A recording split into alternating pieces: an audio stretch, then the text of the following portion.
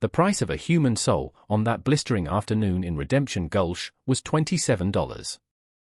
Dust, fine as powdered sin, coated everything: the warped planks of the general store, the thirsty horses at the trough, and the silent, sun-beaten faces of the assembled townsfolk. It hung in the air like a collective, unspoken shame. On a makeshift stage of 2 stacked crates stood a girl named Lily. She couldn't have been more than 18.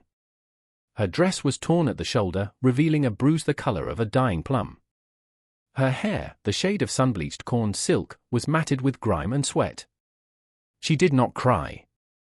Her eyes, wide and shockingly blue, were fixed on some distant point beyond the leering faces, a point of private suffering no one else could see.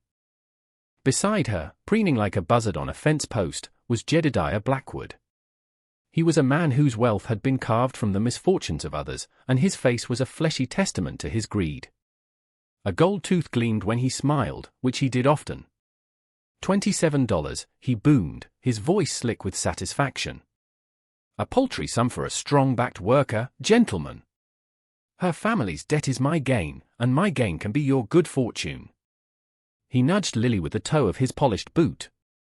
She swayed, her knees buckling for a moment before she forced herself to stand rigid once more. The crowd shifted, a murmur of discomfort rippling through them, but no one spoke up. They were farmers, prospectors, shopkeepers, men and women beholden to Blackwood in one way or another, shackled by loans or fear. They were a cowardly crowd, and they knew it. At the very back, leaning against the rough-hewn post of the blacksmith's awning, stood Elias Thorne. He was a man who seemed carved from the arid landscape itself. His face was a roadmap of sun and sorrow, his eyes shielded by the brim of a sweat-stained hat. He had come to town for salt and flour, not to bear witness to the auction of a human being. He was a rancher from the high plains, a man who preferred the company of cattle and the vast, aching silence of the sky to the cramped hypocrisy of town. His hands, calloused and capable, rested loosely at his sides, but his right hand was never more than a breath away from the worn walnut grip of the Colt Peacemaker holstered on his hip. He watched, and a cold, familiar anger began to smolder in the pit of his stomach. It was an old anger, one he thought he had buried long ago under years of isolation and grief. He saw the tremor in the girl's hands, the way she clenched them into small, white-knuckled fists to keep them from shaking. He saw the raw terror she was trying so desperately to conceal behind a mask of stoic emptiness. Blackwood raised a hand, preparing to bring the fast to a close. $27, going once. Going twice. A fine bargain for the man who bids. A voice, low and rough as scraped granite, cut through the oppressive heat. 50. The word was not shouted. It was spoken with a quiet finality that turned every head in the dusty street. Elias Thorne had pushed himself off the post. He took a slow step forward, his eyes never leaving Blackwood. The crowd parted for him as if he were a phantom. Blackwood's sneer faltered, replaced by a flicker of annoyance. $50? Well, well. The hermit of Shadow Creek graces us with his charity, he chuckled, a wet, unpleasant sound. A bit steep for field labor, Thorne. She ain't that pretty up close. He reached out and grabbed Lily's chin, forcing her head up. See? A bit bruised. Elias's eyes, the color of a stormy sky, narrowed. He ignored the taunt. He started walking toward the stage, his boots scuffing softly in the thick dust. With each step, the silence in the street deepened. He reached into the leather satchel slung over his shoulder and pulled out a heavy canvas bag. 100, Elias said, his voice just as quiet, just as final. A collective gasp went through the crowd. This was no longer a bid, it was a challenge. Blackwood's face darkened, his bonhomie evaporating like a drop of water on a hot skillet. You mocking me, Thorne? I'm buying the debt, Elias stated, his gaze unwavering. The full price. Your loss, your gain, whatever it is you call it. Name the figure. Blackwood's greedy mind worked furiously. The original debt was $80, a sum he never expected to recoup. He had intended to work the girl to the bone for a year and then cast her aside. But here was a fool, a silent, grim-faced fool, willing to pay cash. $200, Blackwood spat, the number an insult. In coin. Now he thought this would end it, that the quiet rancher would shrink back from such an outlandish sum. Elias didn't flinch. He walked to the edge of the crates and untied the drawstring on his bag. He poured a stream of silver and gold coins onto the dusty wood of an empty barrel. The sound was a cascade of pure, undeniable wealth that made Blackwood's eyes widen. It was more than 200. It was a small fortune, likely everything the man had. "Take it," Elias said. "And give me the paper for a moment." Blackwood was speechless. He stared at the shimmering pile of money, then at the stoic, unreadable face of the rancher. With a greedy snatch, he pocketed the indenture papers from his coat, scrawled a crude signature of release on the back, and slapped it down next to the coins. He scooped the money into his own pockets, his arrogance returning. "You paid for a broken horse, Thorne," he sneered, his voice loud for the crowd to hear. "Don't come crying to me when she throws a shoe." Elias paid him no mind. His attention was solely on the girl. He stepped up to the crates, his movements deliberate and calm. He held out a hand to her. Lily stared at it, her blue eyes filled with a dazed confusion. His hand was large, weathered, and scarred, but it was offered gently. It was the first kindness she had been shown in weeks. Hesitantly, as if expecting a blow, she placed her small, trembling hand in his. His grip was firm but not painful. He helped her down from the crates, his touch steadying her as her legs threatened to give way. She was lighter than he expected, fragile as a bird. He looked down at her, and for a fleeting, heart-stopping moment, he didn't see a stranger. He saw the ghost of another girl, with another name, in another time. A wave of pain, so sharp and sudden it almost buckled his own knees, washed over him. He masked it instantly, his face returning to its impassive stone. Without another word to the gawking town, he led her toward his horse. The animal, a sturdy bay, shifted patiently. Lily was too weak to mount on her own. With an ease that belied his somber demeanor, Elias lifted her, settling her sideways on the saddle in front of him. She weighed almost nothing. She collapsed against his chest, her energy completely spent. The town of Redemption Gulch watched in stunned silence as the quiet rancher mounted up behind her, wrapped a steadying arm around her waist, and rode out of town, heading for the high, lonely country from whence he came. He left the dust, the shame, and Jedediah Blackwood behind. The journey to his ranch was a slow, deliberate procession. The sun beat down, and the rhythm of the horse's gait was a lulling, monotonous beat. Lily drifted in and out of consciousness, her head resting against the solid wall of Elias's chest. The fabric of his shirt was coarse, smelling of leather, dust, and something clean, like pine. Each breath she took was a shudder. The world had become a blur of pain and fear, but for the first time in a long time, the arms that held her were not cruel. They were simply there, a steady, unyielding presence. As they cleared the last of the dusty foothills and began the ascent into the rockier, cooler terrain of the high plains, she finally succumbed to the exhaustion that had been clawing at her. Her body went limp, her head lolling back against his shoulder. Too bruised to stand, too broken to fight, she fainted on the dusty road, held in the arms of a stranger. Elias felt the shift, the complete surrender of her weight against him. He looked down. Her face, in the unforgiving sunlight, was pale and smudged with dirt. A dried trickle of blood marked a cut on her lip. He adjusted his hold, pulling her more securely against him, his movements gentle, practiced. He held her like she was his own. He held her like she was precious.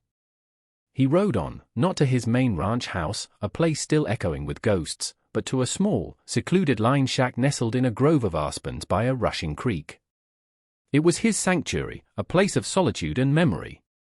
When they arrived, he dismounted with her still in his arms, carrying her inside as easily as if she were a child. The shack was sparse but immaculately clean. A single cot, a stone hearth, a rough-hewn table. He laid her on the cot, her slight form barely making an impression on the woolen blanket. For a long moment, he just stood there, looking down at her, his weathered face a canvas of conflicting emotions. Pity. Anger. And a deep, profound sorrow that felt as old as the mountains themselves. He went to work with a quiet efficiency. He stoked the embers in the hearth, adding wood until a low, warm fire was crackling. He filled a kettle with water from the creek and set it to boil. He found a clean cloth and, dipping it in the warm water, began to gently wash the grime from her face and hands. His touch was hesitant at first, his large, calloused fingers unaccustomed to such delicate work, but he was painstakingly careful. He cleaned the cut on her lip and the raw scrapes on her arms, his expression grim. He worked in silence, the only sounds the crackle of the fire and the whisper of the wind through the aspen leaves outside. He was a man of few words, and in the presence of such profound suffering, words felt cheap and useless anyway. Action was the only language he trusted. Action was truth. Lily awoke slowly, dragged from the depths of a dark, formless sleep by the scent of wood smoke and brewing herbs. Her first sensation was a dull, throbbing ache that radiated through her entire body. Her second was fear. It coiled in her stomach, cold and sharp. Her eyes flew open, darting around the unfamiliar room. She saw the stone walls, the low ceiling, the flickering firelight. She was on a cot, covered by a heavy blanket. Panic seized her, and she tried to push herself up, a small gasp of pain escaping her lips. Easy now, the voice was the same one from the town. Low and steady. She froze, her eyes finding him. Elias was sitting at the small table, watching her. A bowl of steaming broth sat in front of him, and in the dim light, his face looked even more severe, etched with lines of hardship. He made no move to approach her. He simply sat, giving her space, his presence a silent, waiting thing. "Where am I?" she whispered, her voice raspy. "My place," he said. "You're safe here, safe." The word was so foreign it had almost no meaning to her. She watched him, wary as a cornered animal. She saw the way he held himself, a kind of stillness that was both calming and intimidating. He wasn't like Blackwood, who filled every room with his swagger and threats. This man seemed to take up no more space than was necessary. He pushed the bowl of broth slightly forward on the table. "You need to eat." She didn't move. Her mind was a whirlwind of questions. Why had he done it? Why had he paid so much? Men like him didn't perform acts of charity without expecting something in return. She braced herself for the demand, the price she would now have to pay for this new, quieter form of captivity. But the demand never came. He just waited, his patience as vast and unyielding as the landscape outside. Finally, the gnawing hunger in her belly won out over her fear. Slowly, painfully, she swung her legs over the side of the cot and stood on shaky feet. The room tilted for a second, and he made a slight move as if to stand and help, but he checked himself, letting her find her own balance. She shuffled to the table and sat opposite him. He pushed the bowl and a wooden spoon toward her. She picked up the spoon, her hand still trembling, and took a tentative sip of the broth. It was hot and savory, and the warmth spread through her, chasing away some of the deep, internal chill. She ate in silence, her eyes cast down, feeling his gaze on her but not daring to meet it. When she was finished, he took the empty bowl and refilled her cup with water. He still said nothing. This quiet, this lack of expectation, was more unnerving than any threat. Days bled into one another in that small, secluded valley. Elias would leave at dawn, tending to his cattle in the high pastures, and return at dusk. He always left food and fresh water for her. He never locked the door. He never asked her for anything. He spoke only when necessary, answering her timid questions with short, direct sentences. Her name was Lily. His was Elias. She was from a failed farm down in the flatlands. He was from here. The bruises on her body began to fade, turning from angry purple to a sickly yellow-green, and then disappearing altogether. The cuts healed over. But the wounds inside were deeper. She was haunted by nightmares, waking up with a silent scream caught in her throat. On those nights, she would see a faint light from outside and know that Elias was sitting by the fire, keeping a silent vigil, as if he could sense her terror even in his sleep. She began to observe him, this quiet, haunted man. She noticed the way his hands, so capable and strong when mending a fence or calming a spooked horse, would sometimes clench for no reason. She saw the profound sadness that lived in his eyes, a permanent shadow that not even the brightest sunlight could dispel. He was a man carrying a heavy, invisible burden. One evening, as he was cleaning his rifle by the firelight, she saw him pull a small object from his shirt pocket. He held it in the palm of his hand, his thumb stroking it gently. It was a small bird, carved from wood, its surface scorched and blackened by fire. He looked at it with an expression of such raw, unguarded grief that it made her chest ache. "What is it?" she asked softly, her voice barely a whisper. He flinched, startled, and quickly closed his hand around the object, his face defaulting to its usual stoic mask. For a long moment, he said nothing.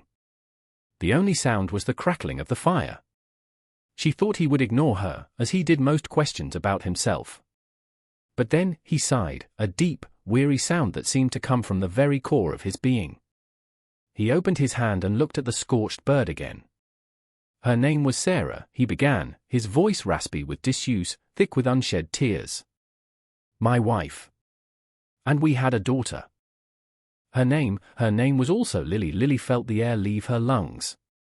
She stared at him, seeing him for the first time not as a savior or a captor, but as a man shattered by loss. "There was a fire," he continued, his gaze fixed on the flames in the hearth, as if he were seeing another fire, a much larger and more terrible one. A prairie fire. It moved faster than a running horse. I was away on a cattle drive. By the time I got back, he trailed off, his jaw tight. He didn't need to finish the sentence. The desolation in his voice painted the picture. "This was my Lily's," he said, holding up the small wooden bird. "She loved to watch the sparrows in the eaves. I carved it for her. It's all I found in the ashes."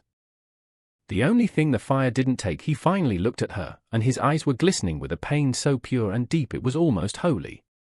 "When I saw you on those crates, heard Blackwood say your name, it was like seeing a ghost. It was like the world was giving me a second chance to do what I couldn't do for them. To save Lily." He wasn't buying a servant that day. He was trying to buy back a piece of his own soul. He was trying to silence the ghosts that screamed at him in the dead of night. Lily felt tears welling in her own eyes, not for herself, but for him. For the wife and child he'd lost. For the crushing weight of guilt he carried. She reached across the small space between them and gently placed her hand over his, her small fingers covering the scorched bird and the calloused flesh. "A memory saved," she whispered, her voice surprisingly steady, "is a life honored. You honored her. You honored them." His hand trembled beneath hers. He looked at their joined hands, and a single tear escaped his eye, tracing a clean path through the grime on his cheek before disappearing into his beard. Elias had been given a choice that day in town, to let the past continue to destroy him in his silent isolation, or to use its terrible pain to save another. If you were standing in his boots, faced with that ghost, what would you have done? Tell us in the comments below. The peace of their secluded valley was not destined to last. Jedediah Blackwood was not a man who tolerated being made a fool of. The $200 was long spent, but the injury to his pride festered. In the saloons and mercantile of Redemption Gulch, the story of the silent rancher and the auctioned girl had become a whispered legend, and in every telling, Blackwood was the villain and the fool. He couldn't abide it. He wanted the girl back, not for her value as a worker, but as a symbol of his power. He wanted to break her, and in doing so, break the myth of Elias Thorne. He hired 3 men, hard cases who rode in from the territories, their loyalty for sale to the highest bidder. One evening, guided by a disgruntled prospector who knew the trails, they rode for Shadow Creek. Elias sensed them before he heard them. It was a subtle shift in the evening air, a wrongness that prickled the hairs on his neck. The birds went silent. His horse, grazing near the creek, lifted its head and snorted, its ears swiveling toward the pass. He moved instantly. "Inside," he said to Lily, his voice low and urgent. "Get down on the floor." Away from the window she saw the look on his face. The sorrow was gone, replaced by a cold, lethal focus. She didn't question him. She scrambled inside the shack and did as she was told, her heart hammering against her ribs. Elias grabbed his rifle from its pegs by the door and a box of cartridges. He didn't stay in the shack, that would be a coffin. Instead, he melted into the deepening shadows of the aspen grove, becoming one with the rocks and trees he knew so well. The riders appeared minutes later, dark silhouettes against the twilight sky. They reined in before the shack. "Thorn!" Blackwood's voice boomed, falsely confident. "I know you're in there. I've come for my property. Send the girl out, and I'll be on my way." Silence was his only answer. "Don't be a fool," Blackwood shouted, a nervous edge to his voice now. "I've got 3 guns with me. You can't win." From the rocks above them, Elias's voice answered, calm and deadly. "She's not property." Blackwood and his men spun around, searching the shadows. "Then she's nothing," Blackwood screamed, his rage finally boiling over. "Kill him. Burn the shack." One of the hired guns raised his pistol toward the cabin. Before he could fire, a shot cracked from the rocks. The man grunted, dropping his gun as he clutched a shattered shoulder. The night erupted into chaos. Gunfire echoed through the narrow valley. The hired guns were thugs, not strategists. They fired wildly into the rocks, their muzzle flashes making them perfect targets. Elias was not a gunfighter, not a man who sought violence. But he was a protector. He moved with a deadly purpose, each shot deliberate, each movement calculated. A second shot took another man in the leg, sending him screaming to the ground. The third, seeing how the fight was going, decided his pay wasn't worth his life. He spurred his horse and fled back down the pass, disappearing into the darkness. Now it was just Blackwood, alone and exposed. He scrambled behind his horse, fumbling for his own rifle. Elias emerged from the rocks, his rifle held steady. He walked slowly into the clearing, the setting sun at his back, making him an imposing, dark figure. He stopped 20 feet from Blackwood. "It's over," Elias said. Blackwood, his face pale with terror, finally managed to pull his rifle free. He aimed it with shaking hands.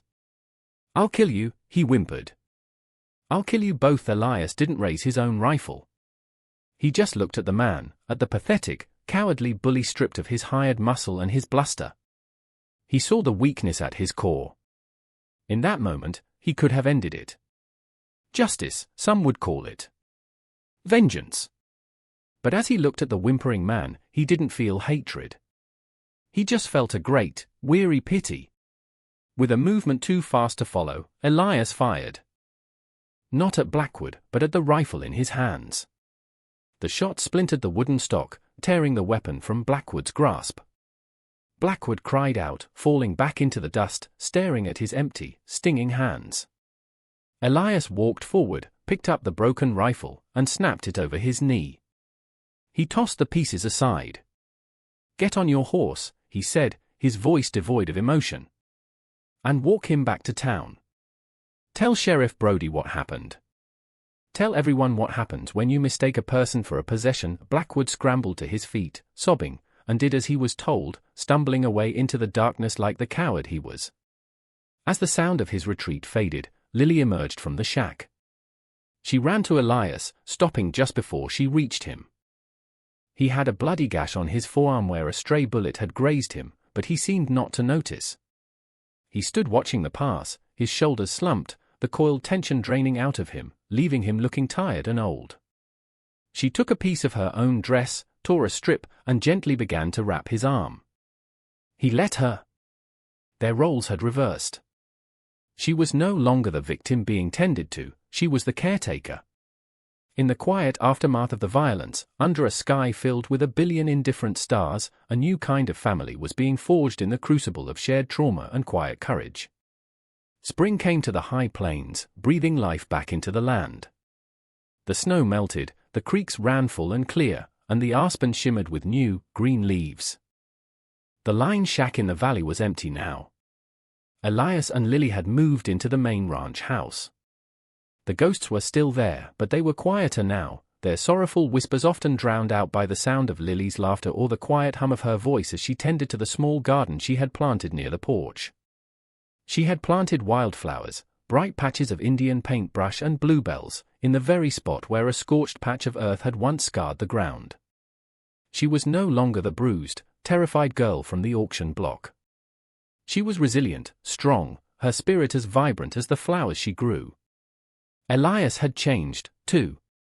The deep lines of grief on his face remained, but they were softer now.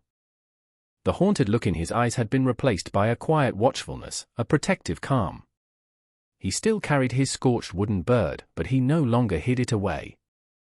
It sat on the mantelpiece of the hearth, a reminder not just of what was lost, but of what had been found. He taught her how to ride properly, how to read the sky for weather, how to mend a fence. She was not his servant, but his partner, his apprentice. He was giving her a future, and she, in turn, was giving him a present. One afternoon, Sheriff Brody rode up to the ranch. He was an older man with a weary but honest face. He dismounted and accepted a cup of water from Lily, nodding respectfully. "Blackwood's gone," the sheriff told Elias.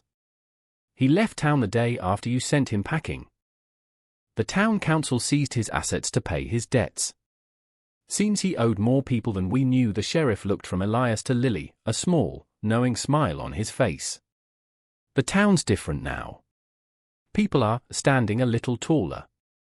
Seems courage is as catching as fear." Elias simply nodded, looking out at the vast expanse of his land.